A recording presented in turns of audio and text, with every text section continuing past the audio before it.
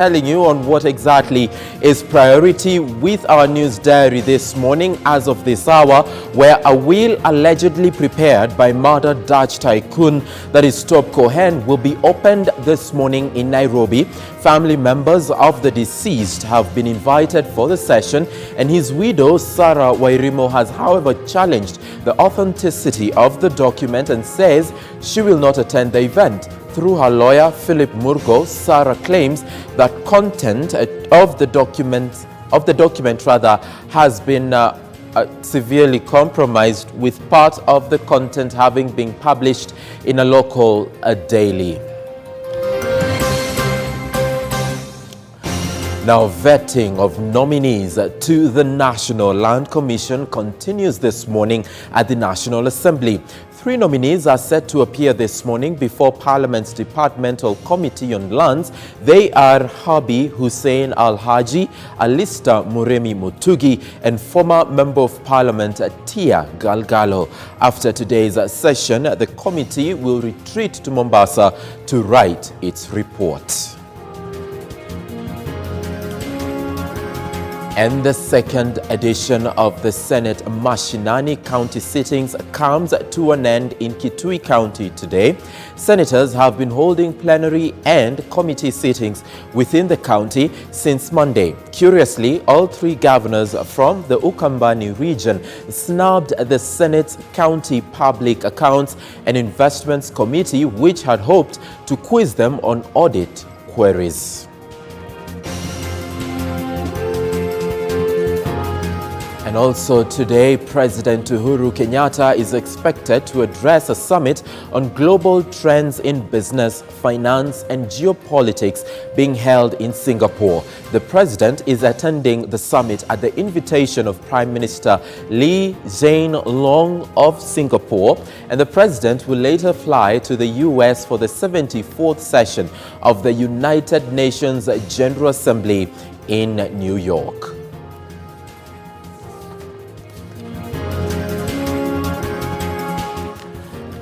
Now, millions of people around the globe are this morning joining young people in the streets for the biggest global climate strike yet.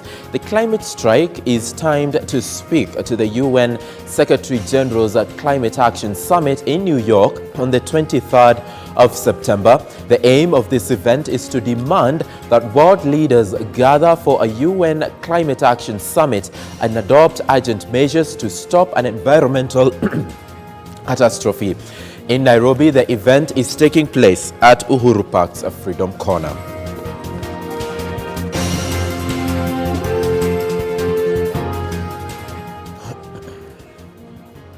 Now, a Nairobi court has allowed embattled Kiambu Governor Ferdinand Waitito to substitute his cash bail of 15 million Kenya shillings with a surety of a similar amount. This was after he pleaded with the court, saying that he is financially overwhelmed and needs the cash bail to meet daily obligations. Now, this means that the 15 million Kenya shillings cash that was deposited in court will be released to Waitito, and Governor Waitito and his wife Susan Wangari are facing corruption-related charges. Now, elsewhere is that a Form 3 student from Bading Secondary School in Siaya County who had been reported missing has been found dead. The body of Kevin Otieno Musula was found on Thursday along the banks of River Yala by his relatives, and Kevin went missing on September 8th this year, and his whereabouts remained unknown for over a week. The deputy principal of Bading Secondary School, David Onyango, says the boy left school and went to their home in Gem, where he disappeared and was suspected to have committed suicide. Now, con artists, among them a cleric, used President Uhuru Kenyatta's name to defraud the Akasha family of 5.5 million Kenya shillings with a promise to help return family members charged in the US. Bakhtash Akasha, who was sentenced to 25 years on August 16th, and Ibrahim Akasha is awaiting sentencing on November 8th over drug trafficking charges in the US. Out of agony and desperation, Najma Hassan, who is wife to one of the convicted brothers, fell for the scammers who claimed to be highly connected. She paid Pastor Chris Ngweti money after he claimed to have been sent by President Kenyatta, and Ngweti was arrested and charged on Thursday.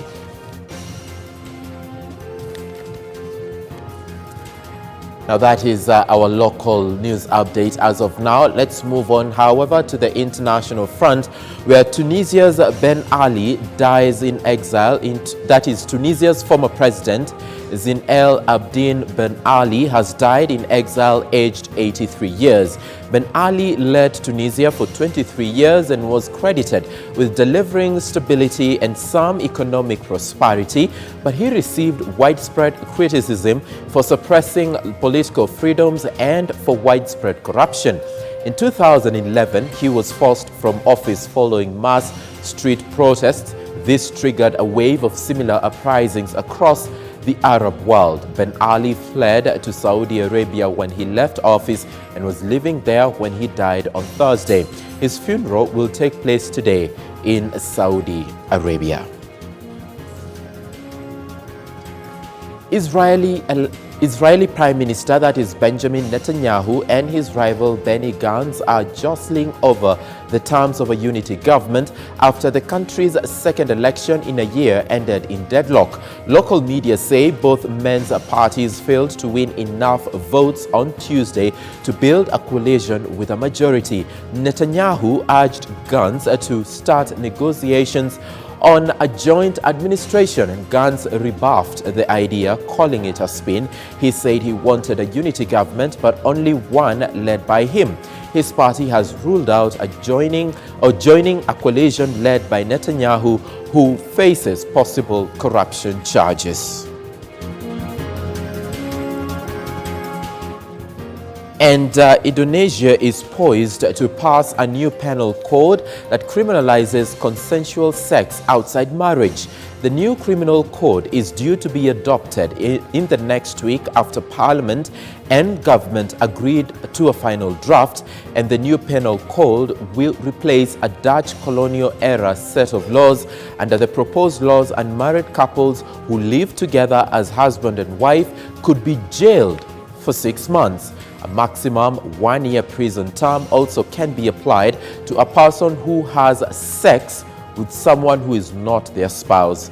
The law, once passed, will also affect foreigners visiting the country.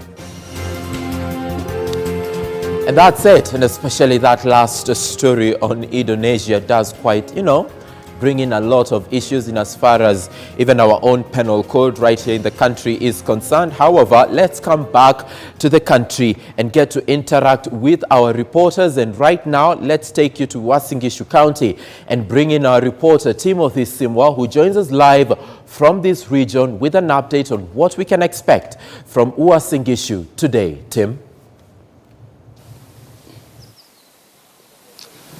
Well, good morning to you, Samuel Njoroge. An issue that we continue to follow up in Uasin Gishu some is an announcement that was made by President Uhuru Kenyatta 2 days ago that announced the cancellation of the construction of Kimwerere Dam in Keio South constituency in Elgeyo Marakwet East, while of course approving the continuity of the construction of the Aror Dam in Elgeyo Marakwet West.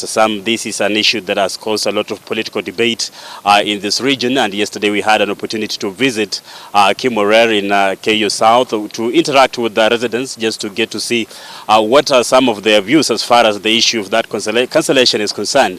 And Sam, I would tell you that the general public view is that most of them feel disenfranchised by this announcement, saying that they had their hopes high that the construction of the 22.2 billion dam would in some way transform their lives economically. And a number of them, of course, are blaming their political leadership for failing to convince the president to continue with the construction of that particular dam, whereas there are those who are faulting the technical technical team that was appointed by the president to look into the issue.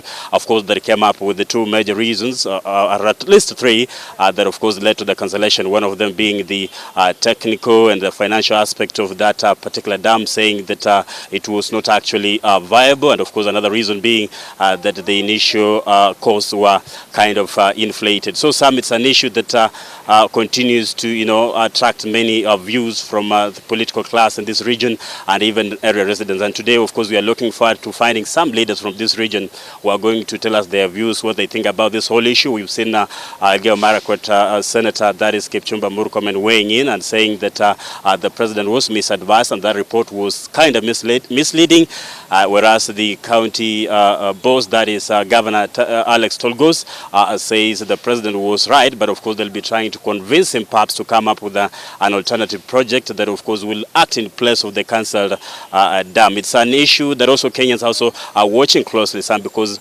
understandably we know that a number of money had been, of course, some amount of money rather had been channeled to that project, and the big question remains, will this money be recovered? Today we are just trying to find political leaders and get to see whether they share in the opinion of Elgeyo Marakwet Senator Kipchumba Murkomen, or whether they agree with the technical team report. And apart from that, another issue that we're also keeping tabs this morning, we've been called, we are actually at the Central Police Station in Eldoret. The County Commander of Police, that is Johnson Ipara, has called for a press briefing, and a few minutes from now he'll be giving a statement, and of course from what we've heard from police sources says that the police officers drawn from the flying squad actually have impounded a number of vehicles within Nandi County yesterday, and it's believed that this is a syndicate that in one way or the other are involved in car theft. It's an issue that we have also seen the police watching closely, or rather following closely in this town.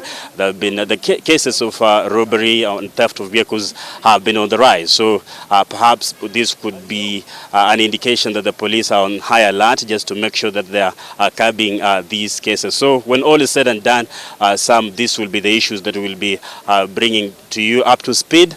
And few minutes from now, of course, we'll be waiting to see what the County Commander of Police, that's Johnson Ipara, will have to say as far as the issue of that the issue of those vehicles that were impounded yesterday is concerned. Sam. Thank you so much, Timothy Simwa, for that update live from Uasin Gishu County. Transport and security at the center stage of the news diary from Uasin Gishu County today. And we have Timothy Simwa, who's following up on that story, and he will keep briefing us. If not during the daily brief, then absolutely during our subsequent bulletins right here at K24 TV. Now, also happening today, Raila Amolo Odinga is expected to attend the 42nd General Council session of Kotu, rather, and this has been happening for the better part of this week. So in the course of the show, we shall be crossing over there and get to just listening to what is happening as of now. Actually, now I'm reliably informed that we can cross over and just get to listening. Now, this is the event that we are talking about, the general session, that the 42nd of its kind being held right here in the country, where the former Prime Minister, Raila Amolo Odinga, is the chief guest. It has been happening for the better part of this week. It's closing today. And of course, Raila Amolo Odinga will be there to do that. Now, let's cross over to this venue and listen in to what's coming forth from here. Being discussed in various countries, and for the purposes of advancing workers' rights. It is also common knowledge, and you are aware, that during the International Labour Conference in June 2019, a convention on harassment and violence in the world of work and the ILO Centenary Declaration on the Future of Work were adopted, thanks to the workers of the world and from Africa in particular. All this is meant to promote conducive workplace for productive employment and economic growth. Guests of honor, ladies and gentlemen, ILO marks its centenary at a time of transformative change in the world of work, driven by technological innovations, demographic shifts, climate change, and globalization, which bring into question the very nature and future of work and place dignity of people in it. Allow me to highlight quite a few issues that we look forward to addressing. These issues are, in terms of the approach of the ILO, that all workers should enjoy adequate protection in accordance with decent work agenda, taking into account the following: respect for fundamental rights, an adequate minimum wage, statutory or negotiated, minimum limits on working time, safety and health at work. Distinguished ladies and gentlemen, the agenda consists 3 pillars of action, which in combination would drive growth, equity, sustainability for the present and for the future. These pillars being investment in people's capabilities, 2, increasing investment in the institutions of work, 3, increasing investment in decent and sustainable work. It is also clear to state that this can only be done through social dialogue. Appropriate legislative and regulatory framework for the promotion of conducive business and investment environment, particularly focusing on the informal economy. And this focus should help addressing the challenges faced by those operating in the informal economy. The challenges such as rights, social protection, and compliance and enforcement of policies. Distinguished guests, it is our hope that as we leave this house with the agenda to promote the workers' welfare, and not only the workers' welfare, but development of our own respective countries, development of the continent of Africa. I would want to thank you on behalf of the ILO for inviting us. God bless us all. God bless Owatu. Thank you.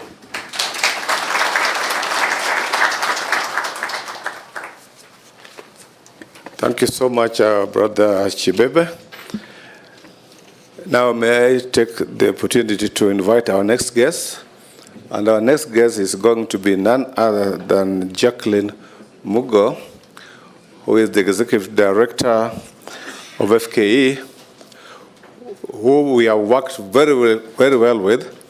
In Kenya, the concept of tripartism has worked very well. And now that she has come here, she'll tell you how she has been able to work very closely with Francis Atwoli. They have related very well for a long time. It has worked miracles. I don't know whether she has the medicine, but welcome, Jacqueline. Thank you. Yes. Thank you very much, Benson. The Right Honorable Raila Amolo Odinga, African Union Special Envoy for Infrastructure, and our former Prime Minister, it is an honor for us to have you here today. I know you have a soft spot for unions because I've seen you attending very many Labor Days, but I also know you're a businessman par excellence, so you also understand the priorities and the issues of the business community. Thank you for taking time to be with us. My brother, Dr. Francis Atwoli, when I saw the name doctor added to your name, I knew I had to go back to class because you and I have some healthy competition. I recognize you this morning as the President of Owatu and the Secretary General of KOTU. I will later come to talk about this event. I recognize my brother Azeki Mezud, the Secretary General of Owatu, who told me I must tell him he's at home when he's here in Kenya. So be at home in your home. Brother Kwasi Adwa Mankwa, the ITUC Africa General Secretary, Brother Wellington Chibebe, the Director of the ILO based in Dar, my Chairman at NSSF, General Retired Julius Karangi, government officials present, leaders from the trade union world. So this session is actually the 42nd Organization of Africa Trade Unions Unity. It has been convened by the Central Organization of Trade Unions. And of course, the umbrella body is the International Labor Organization. A lot in terms of labor will be discussed at this forum. And currently addressing is Jacqueline Mugo, who is a director with the Federation of Kenya Employers. So expect a lot in as far as this event is concerned. Prime Minister or former Prime Minister Raila Amolo Odinga is the chief guest at this event, and also Francis Atwoli is there. So definitely expect more from the Sarova Pan-Africa today. Now, no sooner had governors come together at Delta House to announce the Ugatuzi initiative than you and me decided to go online, hashtag Ugatuzi, and just give our views in as far as what we think about the Ugatuzi initiative is concerned. Right now, would like to just get online and get a feel of how your feedback, or what is your feedback for the last 24 hours in as far as this issue is concerned. This press briefing happened yesterday at 1:10 p.m. at Delta House right here in Nairobi,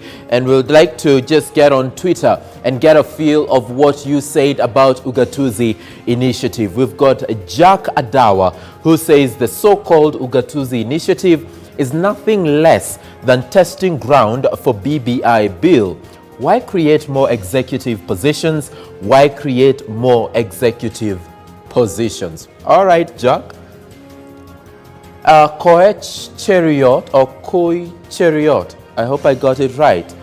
Clamor for change of constitution, Punguza Mizigo, Ugatuzi initiative, BBI. Can those fronting the changes come up with a version that harbors Kenyans' interests? Well, as far as BBI is concerned, it will be a bit premature to, preempt or conclude that they will be proposing a referendum in their report. So let's give them time, compile the report, and we'll be able to weigh in what option moving forward. Abdi Muzungu says, I was laughing at the two constitutional changes coming, but another one which is more funny came up again. Well, no chills there, Abdi. Philemon Anthony says, retiring governors are now pushing for Ugatuzi initiative, which proposes constitutional amendments that cater for their future after 2022. Now, this line of thought is quite valid, because there are those who argue, why, among other things, concentrate on Chapter 9 of the Constitution when it comes to the Ugatuzi initiative? Interesting. Remember, they're also proposing the creation of official leader of opposition who will be in parliament, and this position should be enshrined in the constitution. So yes, quite some valid thoughts coming in there. This is Bram Miroz, who says the leaders in this country are a joke, talking about Punguza Mizigo or Ugatuzi initiative instead of working. So disappointing, Brami Rose, right? But thank you for that feedback. Let's move on to yet another one here and get to listening to _Cheruyot Wesley, who says hashtag Ugatuzi initiative is nothing different from BBI. They have a point of convergence. What is BBI though, Cheruyot? Because we haven't seen the report yet, so we are yet to determine whether or not the content of this report will propose a referendum. But thank you for your feedback either way. Kahio _Ole _Arap. You say it's another way of minting money from the poor Kenyans. For me, I say no to Ugatuzi initiative in totality. This another hashtag Ongeza Mizigo initiative. Well, thank you for that. This should be interesting. This is Ekuru Aukot, the leader, Third Way Alliance, and also the brain, or one of the brains behind the Punguza Mizigo initiative. And this is what he has to say about Ugatuzi. He says, just had a quick read of the Ugatuzi initiative. It's nothing but an appendage of yet to be known BBI and a poor attempt to fight hashtag Punguza Mizigo Bill 2019. Okay. Thank you for that. Oh, that was actually our last as of now. And of course, your thoughts continue to inform a lot in terms of banter, both in news channels as well as online in the country. What do you think of the Ugatuzi initiative? What do you think of the proposals that are contained therein? Are they valid? Okay? And the bigger question is, do we even need to amend the Constitution in the first place? Or do we need to work on our constitutionalism, where we actually respect institutions that have been enshrined in the Constitution, respect the rule of law, and see how far this process takes us? Well, that would be quite an interesting twist to the events. And remember, whether or not it's Ugatuzi initiative, whether it's Punguza Mizigo, because those are the only two options that we're working with right now. If we were to go for a referendum today, is IEBC properly constituted to conduct a referendum? Quite a point to ponder for politicians and members of parliament out there. However, right now, let's take a break. We will be back for the second hour of the show in just a moment.